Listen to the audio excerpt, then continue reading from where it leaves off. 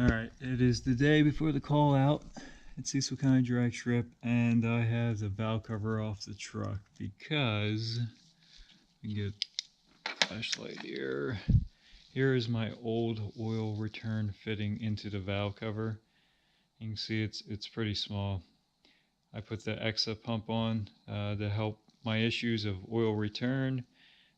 It's still not quite doing what I need to do, getting that oil out of the turbo and back up to the motor fast enough. So took that out, and I'm putting this one in. It's a 10 AM fitting with bigger line, also 5/8 line all the way up. It's probably way overkill. This is huge, but we definitely shouldn't have any issue with slowing the oil return up. The only problem I'm a little concerned with is when shut the truck off, all this line is going to be filled with oil, and when it's going to want to run back towards the turbo, which could puddle up in the turbo. So we'll have to figure out a solution for that. But here's the valve cover.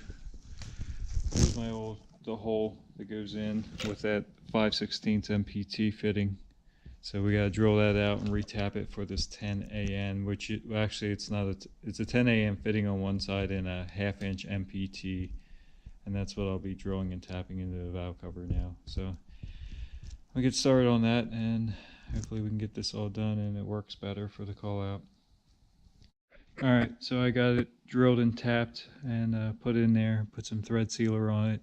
It did protrude out of the bottom a little bit, not terrible, but I was a little concerned with clearance on the rocker arm, so I just taped this up quickly, keep some of the shavings out, and just ground it down. It's not perfectly flat, but I think it'll be more than good enough. But untape it, blow it out, spray it down real good, and get it back installed back on the truck. Alright, I think we have everything done we're going to do before the call out. Oil problem is in the 100%, but I really don't know what else to do except for putting that oil tank on. I need some more fittings for that, so it's gonna have to do. Did put the 285s back on it. I think it'll perform a little better with those, less weight, and they're definitely cheaper to replace than the 35s anyway.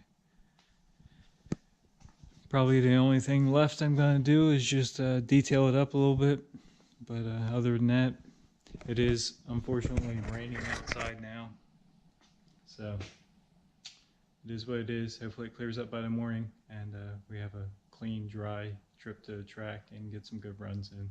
But hope to see everyone out there. We'll catch you later.